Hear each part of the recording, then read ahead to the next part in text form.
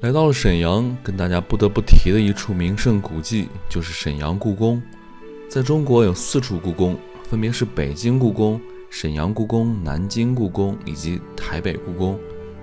北京故宫最为出名，但是沈阳故宫也大有来头。沈阳故宫是我国仅存的2大宫殿群之一，是清朝第一座皇宫，也叫盛京故宫。沈阳故宫修建于努尔哈赤时期的1625年，当时努尔哈赤为大局考虑，定都沈阳，并改名为盛京。在沈阳最中心的位置修建了众人议事的地方、大正殿和十王亭，这就是沈阳故宫的雏形。经过之后几个朝代的扩建，沈阳故宫变成了现在的样子，共历时158年，总占地6万多平方米，建筑100余座，飞起无人机就能领略到整个故宫的宏伟。即使在几百年后的现代城市里，整个故宫建筑群也显得很有气势。直到皇太极去世，沈阳故宫都是清王朝的军事、经济、文化、政治中心。下面就跟着狒狒和文涛一起看看这中国保存最好的古建筑群之一。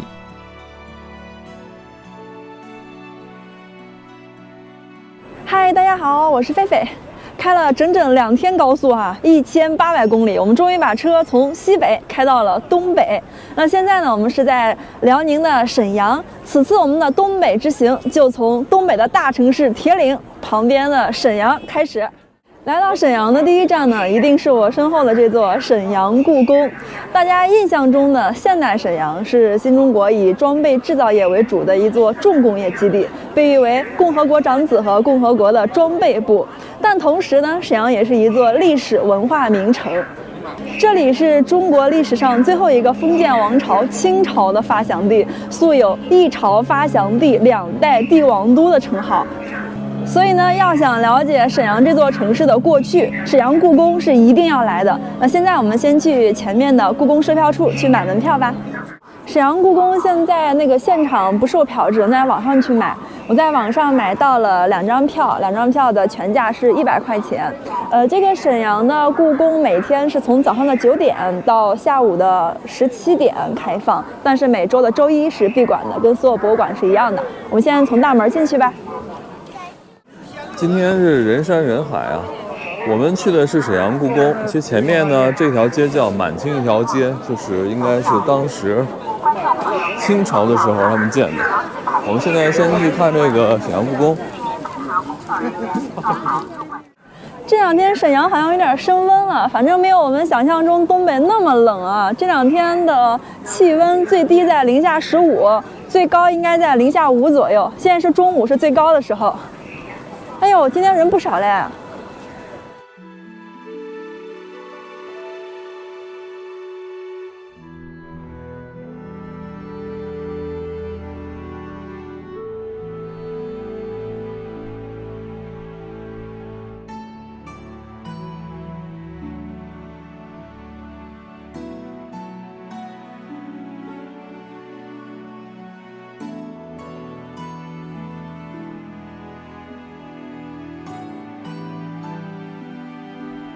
我们现在已经进来了沈阳故宫的里面，我不知道大家有没有曾经来过或者听说过沈阳的故宫啊？真的比起这个北京故宫而言，沈阳故宫的名气相对小了那么一点点。但是呢，和北京故宫一样，沈阳故宫也是目前我们国家现存的保存最完整的2大古代宫殿建筑群之一。其实从古至今，我们中国一共是有过5座故宫，其中呢，第1座是在朱元璋的故乡的修的那个叫凤阳故宫，第2座是南京故宫。南京故宫的规模和现在北京故宫是差不多的，都非常的大。但是呢，这2座故宫因为历史过于久远已经不复存在了。那目前依然存在的就是北京故宫、沈阳故宫以及台北故宫。但是台北那个故宫，它的历史就要短的很多很多了。沈阳故宫呢，就是在清朝的初期，清朝入关之前的一座皇家宫殿。这里共经历了努尔哈赤和皇太极，清朝的前2位皇帝都是在这里的。这里比起这个北京故宫而言，它的面积是要小很多的。这里的占地面积只有6万多平方米，只相当于北京故宫的大概1/12吧。虽然面积不是很大哈，但它依然很具有皇家风范，以及这里有北京故宫所不能比拟的满族的民族特色在里面。沈阳这个故宫呢，是始建于1625年，到现在已经有将近400多年的历史了。那我们现在就从前面的这边开始参观，来了解一下沈阳故宫吧。这里有一个沈阳故宫的导览图，你看这边是东路，这边是中路，这边是西路。这3个路呢，就是根据不同的时期修建的。像这个东路是最早的，是努尔哈赤时期修建的，主要的景点好像有这个大正殿和这边的十王亭。然后中路呢是在努尔哈赤时期又扩建的这一片呢就是一个主要的皇帝办公和接见官员以及后宫吧休息的地区都在这一片。那最后呢就是这个西路，这个历史是最短的，这是在乾隆年间。才来这边重新又扩建了这一片，因为清朝入关之后呢，这个沈阳故宫就成为了一个东巡的行宫了。那皇帝经常来吧，所以这边也是需要再把面积再扩大一些，大概是这样子。所以我们现在先从这个东路这开始吧，从东路参观吧。狒狒刚才介绍那个，很多叔叔阿姨的旁边听着都以为我是导游呢，专心致志以为他是导游呢。就是刚才我看到那个导览图了，因为那个涛哥我们都是第一次来嘛，我就想先看一下导览图，然后看一下我们俩怎么玩能不走回头路。结果呢就一堆叔叔阿姨都来了，在旁边听的还聚精会神，还表示赞许一下。导游还说的不错的样子。那咱们就先去修建最早的这边东路这儿去参观吧。这一片都是最早的时候初期哈，努尔哈赤在这儿建的。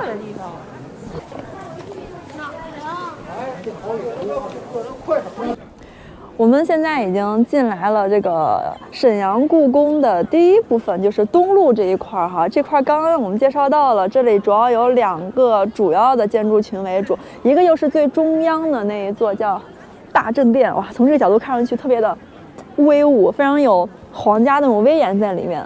另外就是周围围绕着这个长走廊的一圈，一共有10个亭子，左右各5个。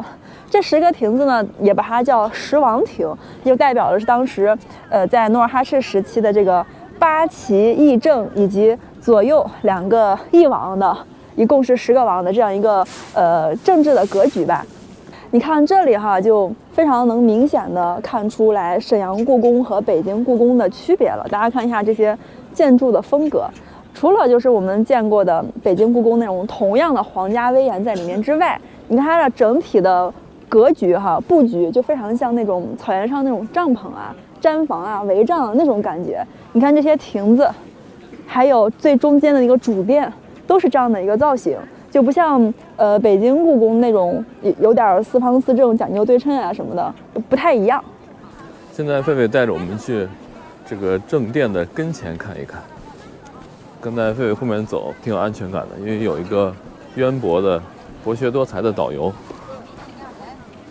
你看，今天我又给你省掉了200多块钱的导游讲解费。今晚上我们可去吃铁锅炖，把这笔钱花掉。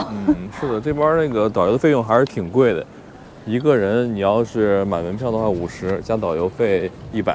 但是人多很划算呀，他导游是就1到5个人，他是一个费用，6到10是一个人，像咱俩就不太划算了。是的，我没有去过北京的这个故宫呢，北京的故宫跟这个比有什么感觉？你没有去过北京故宫？没有。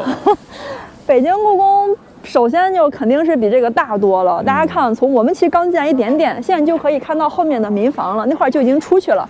其实它的面积真的是很小，就北京故宫的1/12嘛，非常的小。另外就是说起这个气势恢宏啊、震撼呀，肯定也是比北京故宫差一点的。但是就是我刚刚讲到这个满族的民族风格和异域的特色，在这里是要比这个北京故宫要好很多的。因为呢，沈阳这里哈，就古代叫盛京嘛，这里是女真或者说满族的大本营在这儿，所以大家看它这种建筑风格有很多游牧民族的元素在里面，不像北京故宫。北京故宫其实明清两朝都在那儿嘛，所以有很多我们中原的建筑风格，差别就在这儿了。但是呢，这个沈阳故宫虽然小吧，但我认为是来沈阳一定要来的一个地方。算是一个地标性的一个景点了。对对对，因为沈阳故宫可以说是沈阳这座城市历史转折上很重要的一个点，因为在修这个故宫之前吧，沈阳就是一个军事的一个要塞，非常重要。但是呢，它的政治地位几乎是比较低的哈。对。直到这个努尔哈赤他把那个都城定在盛京之后，并且在这里修建了皇宫，就这个沈阳故宫之后，才把就是这儿已经变成了一个跟北京同等重要的一个首都吧，都城了算是。我们现在已经快要走到大政殿的跟前了哈，一到这一块这种皇家的威仪扑面而来。在努尔哈赤时期呢，这个沈阳故宫面积是比较小的，就我们现在站的这一片儿。当时呢，这个大政殿是这里的等级最高的一个建筑了。这里是当时的那个努尔哈赤在这里，他会接见一些大臣，以及当时会举行一些皇家比较高等级的活动的一个场所。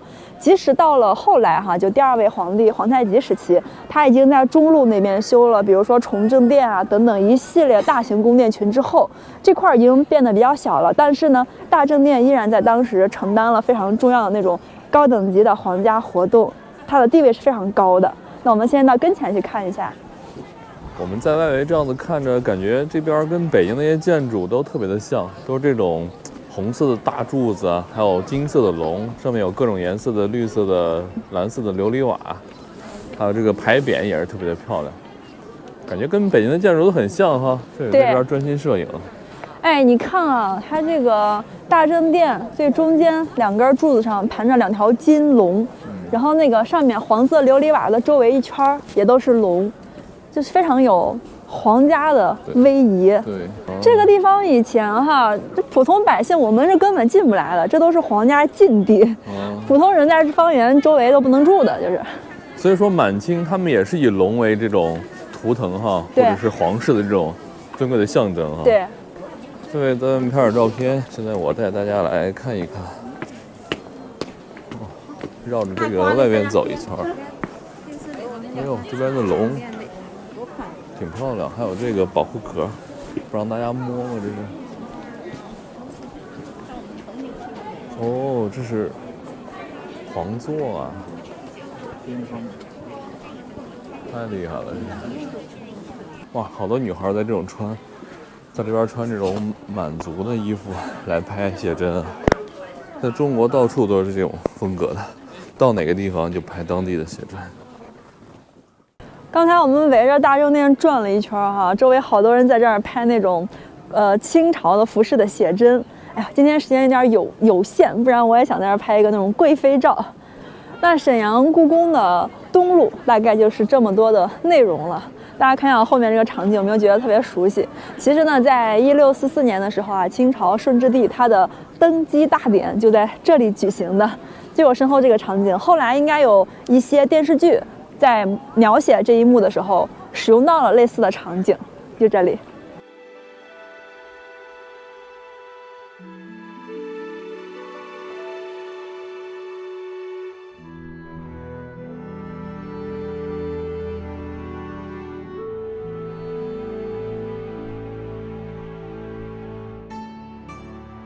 我们现在已经来到了沈阳故宫的中路这个部分呢，虽然说大部分都是在皇太极时期修建的哈，但我们在这里发现了一个乾隆年间增设的一个日晷。日晷在古代就是一个计时的一个器具吧，就大家可以看到太阳打在上面，它有一根针，根据那个影子阴影的位置来判定时间的，因为古代也没有钟表这些的哈。后面呢，这个就是皇太极时期的金銮殿，叫崇政殿。当时呢，皇太极主要就是在这里处理政务以及接见官员。但是呢，我们刚刚说过哈，那会儿清朝最高等级那种皇家活动依然在东路的大政殿那里。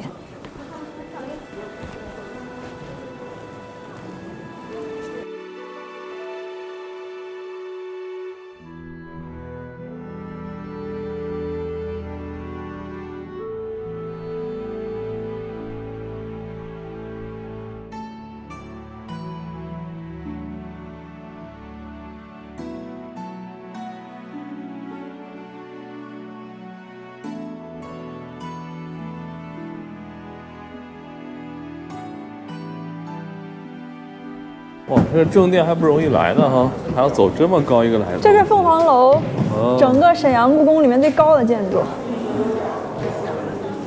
这个楼是干嘛用的？这就是以前皇帝和后妃在这儿宴乐的娱乐场所，就表演的哈，歌舞。看表演的。看表演的。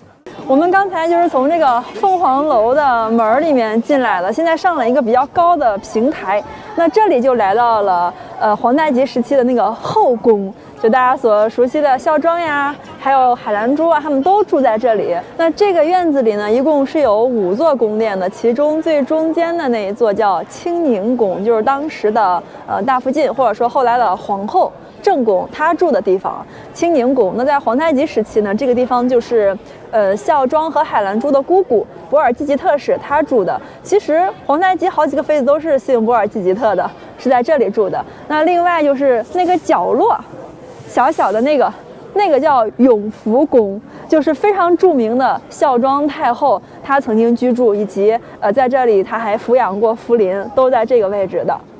那大家可以看到啊，和皇后宫殿离得最近的这个叫做关雎宫，这又是当时皇太极最宠爱的妃子海兰珠她的住所。这个名字也是很讲究哈，关雎2个字呢是从《诗经》里面来的，关关雎鸠，在河之洲，窈窕淑女，君子好逑，就是这个位置。可以看出哈，当时跟历史描写的基本是一致的。就那会儿呢，海兰珠非常的受宠，她的宫殿就在皇后宫殿的紧旁边，而当时的庄妃，就后来的孝庄太后啊，她的居住所是在这个角落，我们可以转一圈看看这个位置，最角落，而且宫殿也相对小一点，在那个位置。我们现在先去这个离我们最近的关雎宫里面看看它内部构造。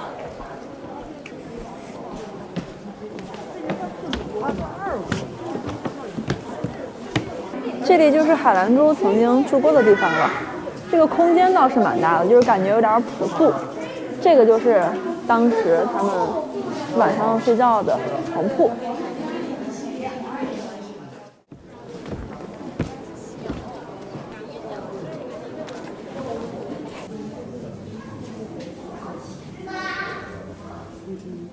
刚才呢，我们去过了海兰珠住过的关雎宫，以及皇后博尔济吉特，就那个叫哲哲的，她住的清宁宫。那现在我们终于来到了清朝的一位传奇女子庄妃孝庄太后，她曾经住过的永福宫。那刚刚那2个宫殿虽然说整个的装饰还是比较朴素的，但是面积是非常的大，尤其是皇后那个宫殿清宁宫。那个里面呢，围着一个主殿，周围一圈3面都修了火炕，应该是在那会儿算是很暖和的地方了，很豪华。那我们现在来看一下这个永福宫。哇，太神奇了！我们居然来到了以前在电视剧里才能看到的场景哈，这就是曾经科尔沁草原的奇女子孝庄太后曾经住过的地方，而且呢，顺治皇帝福临就是在这座宫殿里面出生的。这个宫殿我觉得好像比海兰珠那座还是要小一点点的，是吧？跟皇后那个更是比不了。这边还是冷哎，你看人家这边刚进门是2个锅灶，然后接下来一圈都是做的大炕了，东北大炕。15个妃子当中，有5个身份地位高的住在我们的4周围，正前方是皇后啊，第2个是海兰珠，那么第3个呢是这个斜对面的，这是孝庄大人住的地方啊。哇，对，说的跟导游说的一样啊，完全正确。好多看咱们视频的朋友都说你可以去当导游，因为你的知识储备太丰富了。这块逛完了是吧？对，这个中路其实就是皇太极以前办公以及他生活居住的后宫部分了。那现在我们就来到了沈阳故宫的第3部分，就是西路部分。这一部分呢是后来到乾隆帝年间才加建的。那我们知道清朝入关之后，每任皇帝都经常会组织东巡。那沈阳故宫就是当时东巡时期的皇家的一个行宫。大家可以看一下整个的西路部分是比较小的，就我们现在看到的这些场景，主要的建筑就是像那个戏台啊之类的。就我发现哈，乾隆帝这个人很有意思，他不管去哪里都喜欢建一个新的戏台。那这部分现在是作为游客的一个文玩，就是这些周边的创意产品售卖区在这里，所以我们就主要不参观这里了，大部分就参观完了。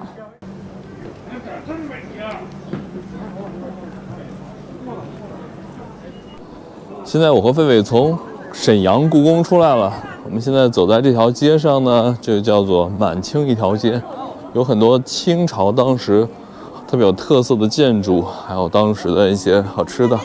哎，这边还能看到这个清沈阳故宫，全国重点文物保护单位，1961年就立碑了，那这相当早啊。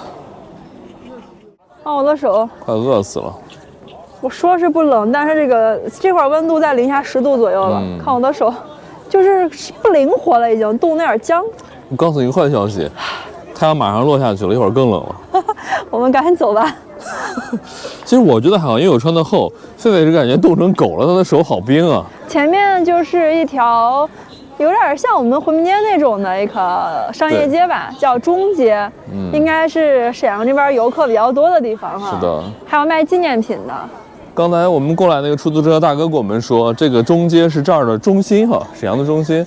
他说这个沈阳故宫，还有后面的张学良旧居，对，以及这个中街这一片就是以前沈阳的市中心了。当然现在也跟西安一样嘛，都往外面外圈就扩散了一些。是的，筑王以下，官员人等至此下马。这叫下马石。哦，这上面有好多种语言啊。这边已经开始卖马迭尔冰棍了，都是俄罗斯特色的。这边还有俄罗斯商店，我感觉你这味儿挺好的，跟3个识人前辈们坐一起喝茶聊天，瞬间回到了100年前。100年前不止了呀！你看这个发型是清朝的哎。对，现在所有的大景区门口全部都是当地特色的这些服饰，就卖给像狒狒这样的小姑娘拍照的。狒狒今天本来狒狒这次跟我出来之前说的是，到一个地方一定要拍一套有当地特色的这种服饰的写真的，结果今天也没有拍成。冷啊！这把衣服脱了再换一套，我感觉会冷死的。那么多女孩都可以穿，福晋服多漂亮啊！那人家女孩扛冻啊，像我这种胖还不扛冻的也少见。狒狒其实最怕冷，然后这次来东北是我跟他说了好久，做了大概半年的思想工作才做通的。他骗我的。大家知道我们这怎么来到东北吗？我说要去海南过冬，文涛说没问题，然后开车带着我上了高速之后，我发现不对劲儿，怎么这个路是京昆往北走呢？不应该往南走吗？然后没办法，我是在高速睡了一觉，醒来后发现已经到了山西境内了。东北特产，以前看到过无数次东北特产，第一次在东北看到东北特产。树茸，有松子儿吗？有巧克力。涛哥带我去买貂了，真的是到东北了。我们走要带我去买貂了。我们走在这个市中心位置，已经开始卖貂了。这么大的皮草，我现在也已经到了穿貂的年纪了吧？你还这个年龄还不够。我跟狒狒眼前这个应该就是中街了，因为太繁华了。我们刚一到这儿，狒狒发现了一个饺子馆，老边饺子。我们在那个西藏线沿途都在吃东北饺子，只要有人的地方就有东北饺子。真正到了东北之后，我发现这么大一栋楼啊，这个应该是7层还是8层，整个楼都是卖饺子的。这家上面写的是始于1829年啊，挺热闹这一块儿。哎，这块才是步行街哈。那边好热闹啊。哎，好漂亮啊。那儿没车了，你看。对。哇，我们终于来到沈阳的最中心、最繁华的地方了。CBD， 感觉真的好，既感觉那种古朴哈，又时尚的。那边的建筑挺混搭的。对，因为我们西安那边建筑主要都是古代的哈，偏古代一点的。这边的建筑呢，是像民国哈，包括晚清那种建筑多一些，所以感觉还是不一样的。